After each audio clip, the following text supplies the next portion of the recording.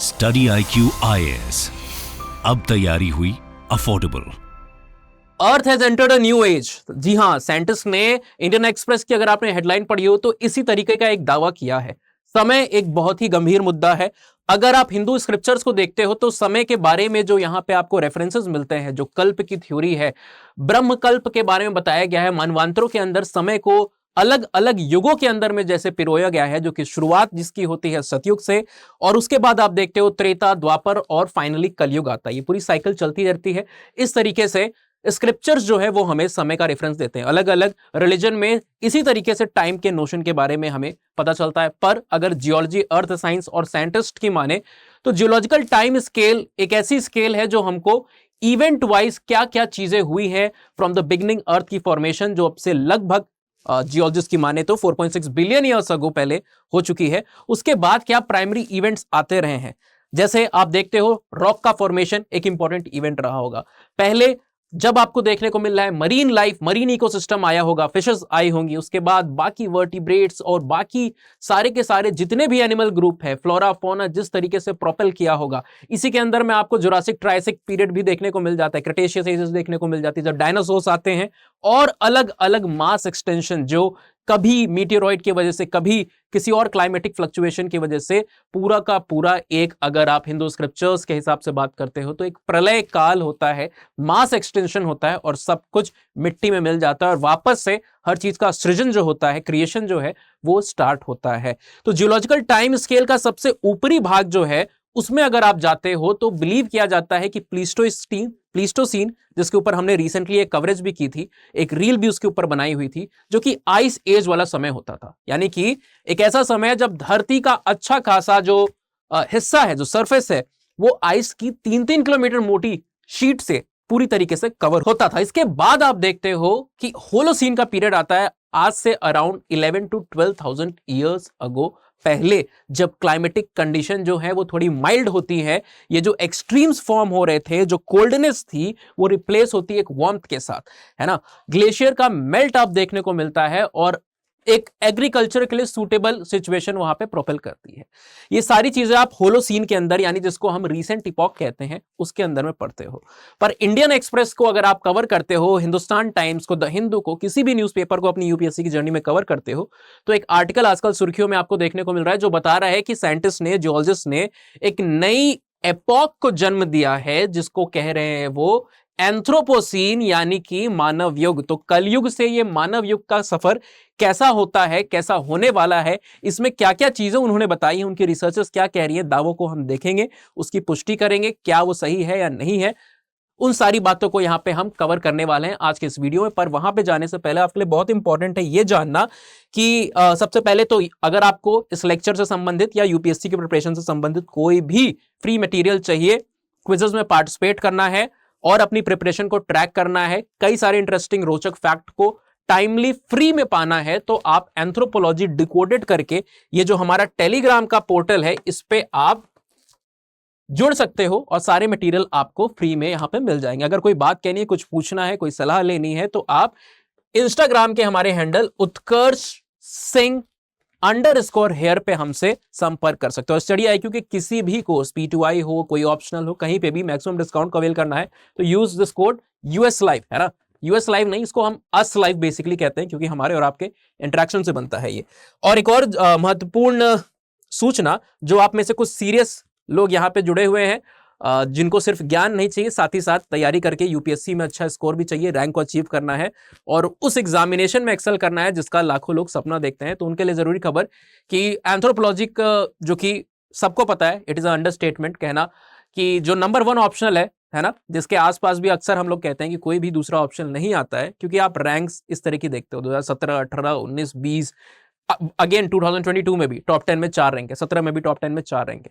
तो हर साल जो टॉपर्स को देता है सबसे शॉर्टेस्ट, सबसे क्रिस्प और सबसे इजी स्कोरिंग, हाई स्कोरिंग जो ऑप्शनल है, उसके हमारे न्यू बैचेस स्टार्ट हो रहे हैं 24 जुलाई से। इस बैच में आप जुड़ सकते हो और एक अच्छी फीचर यहाँ पे आपको देखने को मिल रहा है कि जब आप कोड को US लाइव को लगाते हो, प्राइजेस तो आपको कुछ और दिखा रहे होंगे स्लाइड पे, बाय नाउ का ऑप्शन जब आप करते हो तो, पर वहां पे डिस्काउंट कोड अस लाइव लगाते हो तो एक तो प्राइजेस सबसे कम हो जाते हैं और दूसरा आपको पर्सनलाइज गाइडेंस भी यहाँ पे मिल जाएगा, जो भी आपकी दुविधा होगी कोर्स के दौरान में। एक और चीज जो आपको देखनी है कि यहाँ पे फीचर्स की अगर आप बात करो तो रिकॉर्डेड लेक्चर्स के साथ साथ लाइव क्लासेस तो मिलती थी आपको, उसके साथ टेस्ट सीरीज इंक्लूडेड है जहां 8 सेक्शनल टेस्ट और 4 फुल लेंथ टेस्ट भी हैं। समय ना गवाए हुए हम आते हैं इस पूरी बात पे कि असल में ये जो दावा किया जा रहा है एक नए मानव युग को ढूंढने का, एंथ्रोपोसीन को डिस्कवर करने का, इसका बेसिस क्या है और असल में एक क्लेम क्या है। तो ये सज्जन है जिनका आप यहाँ पे नाम देख रहे हो, इन्होंने सबसे पहली बार इस टर्म का, एंथ्रोपोसीन टर्म का, इनको नोबेल प्राइज मिला हुआ है, नोबेल प्राइज इन्होंने जीता हुआ था। और एक बेसिकली ये क्या थे, केमिस्ट थे, इनका पूरा नाम है पॉल क्रेटजिन, है ना, ये साहब। और इन्होंने सबसे पहली बार इस टर्म को कॉइन किया हुआ था। और एक बायोलॉजी प्रोफेसर है जिनका क्या नाम है, यूजीन स्टॉमर, इन्होंने 2000 में क्या किया था, डिनोट किया था, प्रेजेंट किया था जियोलॉजिकल टाइम इंटरवल को, इन विच अर्थ इकोसिस्टम जो था वो कह रहे हैं कि अलग अलग रेडिकल चेंजेस से जा रहा है due to what, due to human impact. इस चीज को समझने से पहले एक आपका बुनियादी कॉन्सेप्ट को समझना बहुत जरूरी है, जो कि है जियोलॉजिकल टाइम स्केल का। जिस समय सिस्टम की हम अभी बात कर रहे थे कुछ देर पहले, हिंदू स्क्रिप्चर्स में आप काल के, मध्यांतर के, अंतरकाल के, युगास के सिस्टम के हिसाब से जिसको देखते हो, साइंस उसको जीटीएस यानी कि जियोलॉजिकल टाइम स्केल के सिस्टम से देखता है। इसको बांटा गया है अलग अलग यूनिट में, है ना, अलग अलग श्रेणियों में बांटा गया है समय के अंतरालों को। जैसे फॉर एग्जाम्पल यहां पे आपको देखने को मिलता है, सबसे ऊपर आता है आपके इयॉन्स, इयॉन्स के ऊपर भी एक यूनिट है जिसको आप कहते हो सुपर इयॉन, ठीक है, ऑल्दो वो उतना इंपॉर्टेंट नहीं होता है हमारे लिए। इयॉन्स के बाद आपको देखने को मिलता है कि आप फॉर एग्जांपल इयॉन्स की अगर आप बात करो तो हेल्डियन इयॉन रहा है आपका, यहां पे हम लिख भी देते हैं, है ना, जो कुछ इंपॉर्टेंट 4 इयॉन्स आपको देखने को मिलते हैं। कौन कौन से हैं, हेल्डियन आपको देखने को मिलता है, आर्कियन, फेनिरोजोइक एंड प्रोटीरोजोइक, ये इयॉन्स आपको यहां पे देखने को मिलते हैं। इयॉन्स के साथ साथ आपको कई सारे एराज भी देखने को मिलते हैं, ठीक है, और एराज के साथ आपको पीरियड्स देखने को मिलते हैं और इपॉक्स देखने को मिलते हैं। और इन इपॉक्स के अंदर भी जो सबसे स्मॉलेस्ट यूनिट होती है, जो बहुत लेटली ऐड की गई थी जीटीएस में, जिसको आप एजेस कहते हो। अब इस एजेस को आप स्टोन एज, ब्रॉन्ज एज वाले कंसेप्ट में मत कंफ्यूज कीजिएगा। यहां पे जब होलोसीन के अंदर में हम एजेस को देखेंगे तो काफी अलग होगी। और ये जो एंथ्रोपोसीन की नई इपॉक आ गई है, तो उसकी वजह से जिस सीक्वेंस में, जिस सेडिमेंट में, जिस लेक के तहत उसको वहां पे क्लेम किया जा रहा है, उसी सीक्वेंस के हिसाब से एक नई एज का भी वहां पे दावा किया जा रहा है। तो अगर आप बात करते हो तो इयॉन, जो लेटर इयॉन है, हेल्डियन, आर्कियन तो सबसे पहली ईयन थी, उसके बाद फेनेरोजोइक, प्रोटीरोजोइक एक लंबा समय लेते हुए आपको देखने को मिलती है। एराज की बात करते हो तो बहुत सारे एराज में समय बटा हुआ है, पर हमारा एरा, जिस एरा में हम लोग रहते हैं, बहुत बड़ा समय, फिर भी हमारा जो कंसर्न एरा है उसको आप क्या कहते हो, उसको आप सीनोजोइक एरा कहते हो, है ना, सीनोजोइक एरा कहा जाता है उसको। इस चीज को आप कहीं चाहो तो डाटा को नोट कर सकते हो। और जिनको पता है कि ये एरास क्या होते हैं, या फिर जियोलॉजिकल टाइम स्केल उन्हें पता है, नहीं पता हो तो गूगल पे आप सर्च कर सकते हो। जिन्हें पहले से पता है वो मुझे बिना कहीं पे देखे कमेंट सेक्शन में बता सकते हैं कि ये जो सीनोजोइक एरा है ये कब शुरू हुआ था। अब एरास जो होते हैं वो अलग अलग पीरियड्स में बटे हुए होते हैं, यानी कि एरास से भी एक छोटा यूनिट। अगर आप सीनोजोइक एरा को देखते हो तो वो 2 भागों में बटा हुआ है, एक है आपका क्वार्टरनरी और दूसरा है आपका टर्शियरी, है ना, टर्शरी और क्वार्टरनरी में। अब टर्शरी जो है इसको भी कुछ लोग 2 भागों में बांट देते हैं, नियोजीन एंड पेलियोजीन, ठीक है। अब इस पीरियड के अंदर में भी हमारा पीरियड कौन सा है स्पेसिफिकली, वो है ये आपका क्वार्टरनरी पीरियड, ठीक है। अब इस क्वार्टरनरी पीरियड के अंदर में अलग अलग इपॉक्स यानी कि और छोटी यूनिट्स आ जाती हैं। तो इपॉक्स की बात करो तो कई सारे इपॉक्स हुए हैं क्वार्टरनरी पीरियड, 2 इपॉक्स हुए हैं क्वार्टरनरी पीरियड के अंदर में। टर्शरी के अंदर में भी कई सारे हुए, जैसे पेलियोसीन, इओसीन, ओलिगोसीन, मायोसीन, है ना।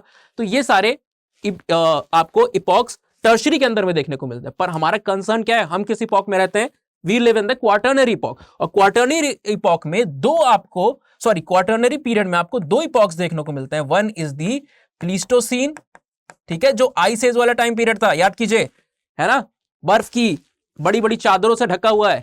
और दूसरा हमारा इपॉक, जिसको आप रीसेंट इपॉक कहते हो, होलोसीन, ठीक है। अब प्लीस्टोसीन को माना जाता है कि प्लीस्टोसीन स्टार्ट हुआ था कब, इट स्टार्टेड अराउंड, सबसे कैलिब्रेटेड डेट मानी जाती है 2.58 मिलियन ईयर्स अगो। ये आइस एज जो है ये शुरू होती है लगभग आज से 25 से 26 लाख साल पहले, ठीक है। और खत्म कब होती है? 11,000, कुछ लोग 200 कहते हैं, कुछ लोग 11,500 कहते हैं, कुछ लोग 11,700 कहते हैं। रफली you can take it 11 to 12,000 years ago Holocene का समय शुरू हो जाता है, जो रिसेंट एपॉक माना जा रहा था। और इसके अंदर भी कई कई सारी आपको एजेस देखने को मिलेगी, जिसमें से लेटेस्ट स्टेज जो थी हमारी, उसको हम क्या कहते थे? सबसे अच्छी बात है कि इंडिया के अंदर ही में उसके एविडेंस मिले, उसी के बेसिस पे यहां पे उसको इलस्ट्रेट किया गया था, है ना। उसका नाम क्या है? मेघालयन। हमारी एज का क्या नाम था? मेघालयन एज, जो कंसर्न है हमसे, ठीक है। And that is believe to have be started around 4,200। इस टाइम फ्रेम में उसका वहां पे आपको देखने को मिल रहा है कि स्टार्ट हुआ था। तो ये जियोलॉजिकल टाइम स्केल इस तरीके से वक्त को बांटता है। अब साइंटिस्ट ने जब यहां पे आप देख रहे हो कि जो क्लेम किया है एंथ्रोपोसीन का, तो नाम किससे मैच होता है वो आपको देखने को मिल रहा है। सीन शब्द है ना, तो जाहिर सी बात है होलोसीन, प्लीस्टोसीन यहां पे। तो उन्होंने बेसिकली क्या हुआ है, इन सारी चीजों को हम मिटा सकते हैं, ऊपर वाली चीजों को, या फिर ना भी मिटाएं तो हम यहां पे एडिशन कर सकते हैं। बेसिकली उन्होंने एक नया इपॉक यहां पे होलोसीन के ऊपर जोड़ दिया, जिसको वो कह रहे हैं कि एंथ्रोपोसीन है। अब एंथ्रोपोसीन टर्म आपने देखा कि बहुत पहले ही भाई साहब ने दे दिया हुआ था, नोबेल प्राइज विजेता जो रह चुके हैं, है ना। और ये एंथ्रोपोसीन जो है ये कब शुरू हुआ, इसके ऊपर भी काफी डिबेट रही है। ये जो रिसर्च कह रही है, ये तो टाइम पीरियड बता रही है कि लगभग 1950 से 1954 के बीच में एंथ्रोपोसीन का जो इपॉक है वो शुरू हुआ। और इसको वो कैरेक्टराइज कर रहे हैं a lot of changes that are associated with human activities. हम धरती पे आए तो इन्वायरमेंट के साथ जब इंटरैक्ट कर रहे हैं, तो जो भी एक्टिविटीज कर रहे हैं उससे कई सारा इंपैक्ट पड़ रहा है। और वो इंपैक्ट नेचर में, नेचर के डिपॉजिट में in the form of sediments आपको देखने को मिल रहा है। इन लोग ने वही सेडिमेंट्स को एक लेक के थ्रू रिकंस्ट्रक्ट किया है, उसको जाना है, और उसके बेसिस पे उन्होंने ये दावा किया हुआ है। फॉर एग्जांपल न्यूक्लियर एक्सप्लोजन आप देख रहे हो, कर रहे हो, ठीक है। न्यूक्लियर टेस्ट बेसिकली जो आप करते रहते हो, पोल्यूशन यहाँ पे आ रहा है, व्हीकुलर पोल्यूशन जिसको आप देख रहे हो, रेडिएशन है, कई सारी चीजें ह्यूमन एक्टिविटीज की वजह से धरती के ऊपर जो असर आ रहा है, उसको एक क्लाइमेटिक चेंज के हिसाब से मार्क किया है। और बता रहे हैं कि वो एक नया समय बताता है, जो कि शुरू होता है 1950-54 के आसपास। इससे पहले भी कई सारे ऐसे दावे किए गए। एक समय पे एंथ्रोपोसीन को बोला जाता था कि जब एग्रीकल्चर रिवॉल्यूशन आया, तो वो समय जो था वो क्या था? एंथ्रोपोसीन का था। यानी कि वो लोग बेसिकली, जब एग्रीकल्चर कब आया, एग्रीकल्चर के अर्लीस्ट एविडेंसेस आपको देखने को मिलते हैं, जो वाडियाल नाटुफियन कल्चर की अगर हम बात करते हैं, जेरिको, जार्मो, जो वेस्ट एशिया में आपको कई सारी, लेवांत एंटोलिया का रीजन है, उस जगह पे कई सारे आपको इस तरह के एविडेंस देखने को मिलते हैं, ठीक है। और उसी के बेसिस पे आप क्या कहते हो, यू आर सेइंग कि होलोसीन भी उसी पीरियड में आया, तो बात बराबर है। तो वहां पे एंथ्रोपोसीन को रखने का कोई मतलब नहीं था, क्योंकि पहले से एक एपॉक उसके साथ एसोसिएटेड थी 12,000 साल के आसपास वाले टाइम पीरियड में, दैट वाज होलोसीन। तो फिर से हुआ कि अब कब रखे, तो कई सारी बार कई लोग ने इसको आयरन एज के साथ एसोसिएट करके देखा, कई लोग ने इसको बाद में इंडस्ट्रियल रिवोल्यूशन जो हमारे हिस्टोरिक पीरियड में अब से कुछ शताब्दियों पहले हुआ, उस समय उसको जोड़ करके देखा। पर ये जियोलॉजिस्ट की जो टीम है, एक पूरी वर्किंग कमिटी है, बॉडी है ना, एंथ्रोपोसीन के ऊपर जो काम कर रही है, इस क्लेम को एक तरीके से सब्सटैंशिएट करने के लिए उन्होंने दावा किया है इस पर्टिकुलर टाइम फ्रेम में एंथ्रोपोसीन जो है वो स्टार्ट हो गया। अब दावे की पुष्टि के लिए आप देख रहे हो, इन साहब ने क्या बताया कि जो ह्यूमन का इंपैक्ट है वो नजर आ रहा है नेचर में, और वो मार्क कर रहा है, उसको हम लेंगे एज अ न्यू इपॉक, है ना। क्योंकि पहले आइस एज थी, है ना। आप शिफ्ट देखो क्या क्या चीजें हुई हैं।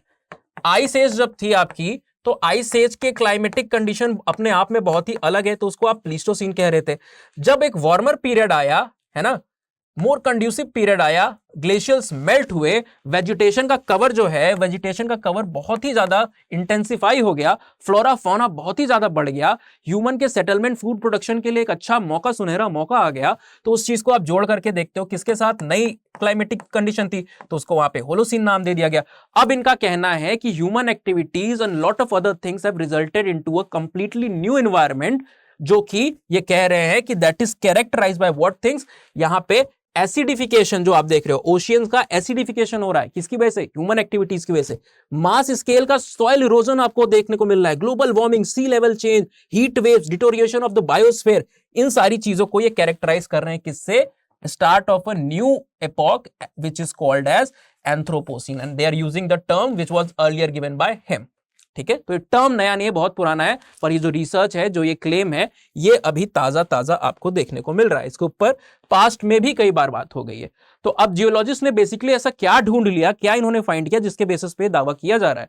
तो जो टीम है साइंटिस्ट की, उन्होंने सैंपल्स को कलेक्ट किया कई जगहों से, ठीक है। इनका जो टारगेट था बहुत सारी साइट्स थी, 11 अलग अलग लेकों को इन्होंने अपना टारगेट बनाया था, पर फाइनली उसमें से चुना एक बहुत ही इंपॉर्टेंट, एग्जाम के हिसाब से आपको जो नाम याद करना है, वो क्या नाम था उसका, हाईलाइट कर देते हैं, लेक क्रॉफोर्ड, है ना। ये लेक क्रॉफोर्ड को इन्होंने फाइनली चुना। 11 और ऑप्शंस थे, पर चुना लेक क्रॉफोर्ड को। क्यों? क्योंकि इसकी डेप्थ और विड्थ काफी ज्यादा वाइड थी। तो आप देख रहे हो कि 70 लगभग 80 फीट की डेप्थ है और लगभग 26,000 स्क्वायर फीट ये वाइड है। तो इससे क्या एक एडवांटेज मिल रहा है, it allowed the sediments to float downwards relatively undisturb. जो सेडिमेंट्स होते हैं, है ना, हम ह्यूमन एक्टिविटीज कर रहे हैं, कुछ भी कर रहे हैं, कूड़ा कचरा फेंक रहे हैं, या हमारा जो भी डेब्रिस है या फिर जो भी नॉन डेब्रिस मटेरियल भी है, वो एक फॉर्म में इकट्ठा हो रहा है, कलेक्ट हो रहा है, और वो एक समय पे हो रहा है ना। यानी 50 साल पहले का जो कचरा होगा वो कुछ और लेयर में आपको देखने को मिलेगा, उसके ऊपर और लेयर आती गई, लेयर आती गई, लेयर आती गई, 50 साल बाद कुछ और लोग का, है ना। इसको आप जियोलॉजी में प्रिंसिपल ऑफ सुपर इंपोजिशन से, प्रिंसिपल ऑफ सुपर इंपोजिशन से समझ सकते हो। There is a principle of superimposition. ये क्या होता है? ये कहता है कि आप कोई भी धरती को उठा लो, धरती का एक भूभाग ले लो, हिस्सा ले लो, है ना। अब ये इसको अर्थ की एक लेयर समझो। यहां पे आप खड़े हो, एक ह्यूमन यहां पे खड़ा है, ठीक है, और ये उसके नीचे की सरफेस है। अब ये पूरी सरफेस आप देख रहे हो, इसके नीचे नीचे है ना, तो ये सब लेयर्स हैं, अलग अलग लेयर्स हैं। अब इसको आप कह सकते हो लेयर 1 है, ये लेयर 2 है, ये लेयर 3 है, लेयर 4 है, और यहाँ पे तो ये खुद खड़ा है। अब ये इंसान अगर खुदाई करना शुरू करता है तो this will be the newest layer. यहाँ पे मिले हुए जो सामान होंगे, जो सेडिमेंट्स होंगे, इसके अंदर जो कुछ भी होगा, कुछ कूड़ा कचरा होगा, कुछ डेब्रिस होगा, कुछ बोन्स हो सकती है एनिमल्स की, कुछ हो सकते हैं आर्टिफैक्ट्स, कुछ पॉटरी के थोड़े बहुत पीसेस हो सकते हैं, है ना। तो यहां से जो कुछ भी आपको मिलेगा उसको आप क्या कहोगे? That is basically the newest record, क्योंकि वो नया है ना। और जो सबसे भीतर होगा उसको आप ओल्डेस्ट कहोगे। तो ये क्या है? एक कलेक्शन है, एक स्ट्रेटिफाइड वे में हर चीजें सेडिमेंट हुई हैं। तो उसी के बेसिस पे इनका भी मानना है कि जो इतनी ज्यादा डेप्थ है और जितनी विड्थ है, उसके कारण सेडिमेंट जो है वो नीचे तक गए हुए हैं अनडिस्टर्ब फॉर्म में, मतलब मिलावट नहीं हुए, मिले नहीं है आपस में, इसलिए ट्रैक करना, ट्रेस करना काफी आसान हो जाता है। Creating layers that can not, फायदा क्या हुआ इसका, इस लेक को चुनने का? Creating layers that can capture distinct environmental marks. हर एक जो वो स्ट्रेटा होगा, हर एक लेयर होगा, वो एक समय काल को वहां पे रिप्रेजेंट कर रहा होगा। साइंटिस्ट इसके बेसिस पे एक गोल्डन स्पाइक को डॉक्यूमेंट कर पा रहे थे, है ना, among various layers of the sediment. जो अलग अलग सेडिमेंट की लेयर उन्होंने देखी पाई, उसके बेसिस पे जब उसको उन्होंने डॉक्यूमेंट किया तो वहां पे उनको एक गोल्डन स्पाइक देखने को मिल रही है ना। और वो गोल्डन स्पाइक क्या दिखा रही है? It is showcasing a dramatic, at least geological term में अगर आप कहते हो तो एक सडन चेंज आपको दिखाती है in the condition of the earth. वो गोल्डन स्पाइक जो है वो क्या दिखा रही होगी? एक सडन चेंज आपको दिखा रही होगी जो इन्वायरमेंट में आया है, पहले कुछ और अब कुछ और। जैसे प्लीस्टोसीन में बर्फ ही बर्फ, आइसी आइस, और उसके बाद होलोसीन में चले गए। तो होलोसीन से एंथ्रोपोसीन में आते हो तो कंडीशन पूरी बदली है। That is represented by this golden spike. और इस स्पाइक का एक पार्ट क्या आपको वहां पे दिखा रहा है? इट वॉज एविडेंट, है ना। इसका आप देखते हो एविडेंस क्या आपको देखने को मिल रहा है? जो प्लूटोनियम का आपको कंसंट्रेशन मिल रहा है लेक में मिले सेडिमेंट में। और प्लूटोनियम ऐसे नेचुरली अकरिंग नहीं होता है। प्लूटोनियम आपको किस प्रकार से मिला, क्यों मिला लेक के सेडिमेंट में? It is due to the nuclear testing. उसकी वजह से जो 1950s में न्यूक्लियर टेस्टिंग हुई उस रीजन के आसपास, तो उस वजह से लेक क्रॉफर्ड्स के सेडिमेंट में नीचे आपको वो चीज मिली। That's why you are saying कि ये डिस्टिंक्टिवनेस, एक नई लेयर आपको बनते हुए देखने को मिल रही है। इस वजह से climatic fluctuation are quite evident. पर एक जानने वाली आपके लिए बात यह भी है कि इंडियन एक्सप्रेस में छप गया, हिंदू में छप गया, तो ये नहीं कि एक सत्य बन गया, है ना। इसको भी पूरी जर्नी ट्रेवल करनी होगी। जैसे शेड्यूल ट्राइब का हमने एक वीडियो बनाया था कि कोई जब मांग करता है वो तो किस लेवल से जा करके, representatives, registrar general of India, ancestry से लेकर के प्रेसिडेंट, कहां कहां जा करके फाइनली अप्रूवल मिलता है, फिर 342 के अंदर में सैंक्शन किया जाता है। पर अगर उसी तरीके से आप देखते हो तो यहां पर भी अभी जो इन्होंने बात कही है, ऐसे नहीं है कि वो तुरंत हो गई खत्म, ठीक है। तो ये जो AWG है, एंथ्रोपोसीन वर्किंग ग्रुप, है ना, जिन्होंने क्लेम किया, बहुत सारे जियोलॉजिस्ट उसके अंदर में, अराउंड 30-31 जियोलॉजिस्ट हैं जो ये एंथ्रोपोसीन को एज अ एपॉक घोषित करने के लिए एक कह सकते हो मुहिम को चला रहे हैं। तो उन्होंने वो क्या सोच रहे हैं कि आने वाले महीनों में AWG है वो प्लान कर रहा है टू प्रेजेंट अ प्रपोजल किसके सामने, इन फ्रंट ऑफ दी सब कमीशन ऑन क्वार्टरनरी स्ट्रेटिग्राफी। ठीक है, जो सब कमीशन ऑफ क्वार्टरनरी स्ट्रेटिग्राफी यानी कि SQS है। क्वार्टरनरी क्या था अभी बताया था आपको, पीरियड जिसके अंदर में प्लीस्टोसीन होलोसीन आता है और एंथ्रोपोसीन भी उसी के अंदर में आएगा।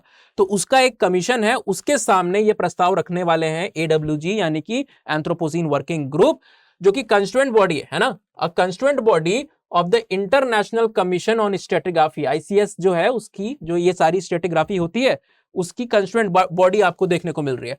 And if it passes it will go to the ICS for the next round of approval. Both SQS और IQS आपको देखने को मिल रहे हैं कि ये IUGS के अंदर में आते हैं। ठीक है, they are part of international union of geological sciences. IUGS क्या करता है, जो पूरी आपको पूरी पुराण हमने सुनाई कि ये प्लीस्टोसीन प्लियोसीन ये पूरा जियोलॉजिकल टाइम स्केल, उसमें कौन सा समय कब स्टार्ट हो रहा है, नए एविडेंसेस के आधार पर पुराने की जो डेट है उसको आगे पीछे करना, उसका पूरा मैनेजमेंट जो होता है वो कौन देख रहा है, IUGS as a concern authority उसको देख रही होती। तो इस पूरे राउंड से जाना होगा अगर अपनी बात को मनवाना है। तो प्रस्ताव इन्होंने रखना होगा आने वाले समय में और फिर उसके बाद फैसला होगा कि ये होने वाला है कि नहीं। और बहुत ही जल्दी आप देख रहे हो कि एक यहाँ पे मीटिंग भी होने वाली है। तो 37th इंटरनेशनल जियोलॉजिकल कांग्रेस होने वाली है। कहाँ पे, बुसान में, है ना। करंट अफेयर्स के लिए भी आपके लिए इंपॉर्टेंट हो सकता है, बुसान में जो कि साउथ कोरिया में है, वो अगले साल प्लेस्ड है। हो सकता है वहां पे ये लोग इसको प्रपोज करें, प्रपोज अभी कर देंगे पर फाइनल डिसीजन बुसान में होने वाले इंटरनेशनल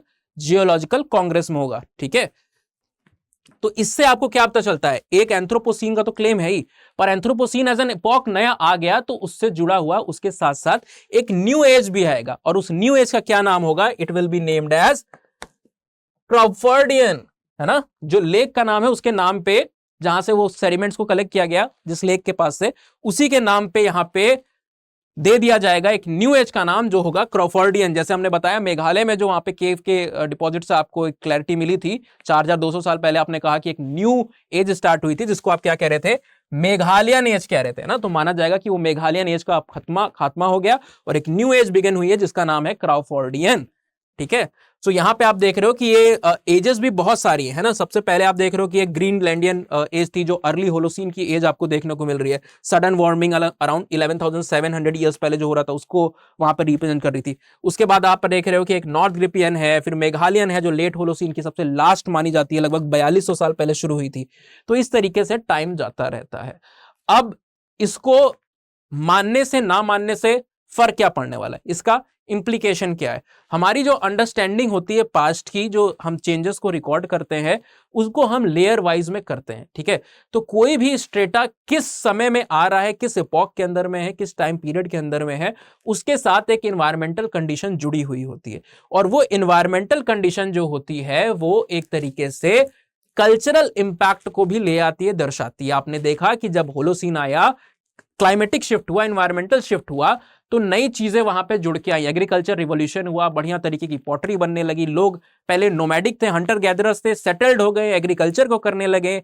एक वहां पे आपको देखने को मिल रहा है कि स्ट्रैटिफिकेशन आने को देखने को मिल रहा है आपको। ठीक है, हायरार्किकल नेचर जो कि कास्ट क्लास सिस्टम ये सारी चीजें होती है, इनकी भी वहां से नींव रख दी गई थी। क्योंकि पहले समाज एग्लिटेरियन होता था, समानता होती थी, जो हंटिंग गैदरिंग समुदाय होता था।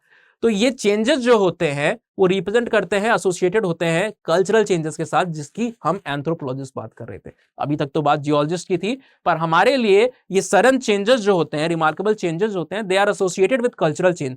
और कल्चरल चेंज को हम एज अ कंटिन्यूअम देखते हैं कि जो एक सिरे से दूसरे सिरे तक चलता जा रहा है, हमेशा चलता रहेगा। तो जैसे ही ये चीज एक्सेप्ट होती है तो एंथ्रोपोलॉजिस्ट में भी दे थ्योराइज सम न्यू मॉडल कि एंथ्रोपोसीन के साथ कौन से कल्चरल चेंजेस वहां पे आप डिमार्केट कर सकते हो। तो ऐसे ही कई सारे इंटरेस्टिंग फैक्ट जो हैं इनको आप जानते रहिए। और जो सबसे छोटा और सबसे कम समय में खत्म हो जाने वाला ये ऑप्शनल है, ठीक है, एंथ्रोपोलॉजी का ऑप्शनल, और रैंक्स भी आ रही है और 4.5 से 5 महीने में खत्म हो जा रहा है। इंटरेस्टिंग इतना है कि सारी मजेदार बातें, कोई रट्टाफिकेशन नहीं, कोई बोरिंग चीज नहीं, किसी की थ्योरी किसी की बातें आपको यहाँ पे फालतू की नहीं पढ़नी है ना। तो फैक्ट्स अच्छे खासे जो इंटरेस्टिंग चीजें हैं उनको जान करके, कंसेप्ट को समझ करके, अपनी भाषा में लिख करके आप अच्छे नंबर ले आ सकते हो। हाई मार्क्स इसके इतने जाते हैं कि साइंस वाले भी कभी कभी शर्मा जाते हैं, क्योंकि 362 तक यहाँ पे मार्क्स गए हैं, ऑफन 350 के ऊपर जाते हैं। सो इजी स्कोरिंग है, शॉर्ट है, ये सारे फीचर्स को अपने अंदर लिया हुआ है। तो आपको भी इंटरेस्ट है तो ये यूएस लाइव का कोड आपके लिए लगा हुआ है। यूएस लाइव बार बार गलती से हम लोग बोलते हैं, लेकिन आपको याद रखना है कि ये यूएस नहीं अस लाइव है, ठीक है, क्योंकि ये हमारा कोड है। तो इसको यूज करके 24 जुलाई से स्टार्ट होने वाले हमारे बैचेस में आप एडमिशन ले सकते हो। और मटेरियल कुछ भी चाहिए तो एंथ्रोपोलॉजी डिकोडेड पे मिल जाएगा। कुछ बात कहनी है तो उत्कर्ष सिंह _हेयर पे आप कह सकते हो। So this was all for today. कोई नया फैक्ट लेकर के, नई न्यूज लेके, न्यूज एनालिसिस को लेकर के हम नेक्स्ट वीडियो में फिर से आएंगे। तब तक के लिए have a nice day, signing off. Study IQ IAS, अब तैयारी हुई अफोर्डेबल।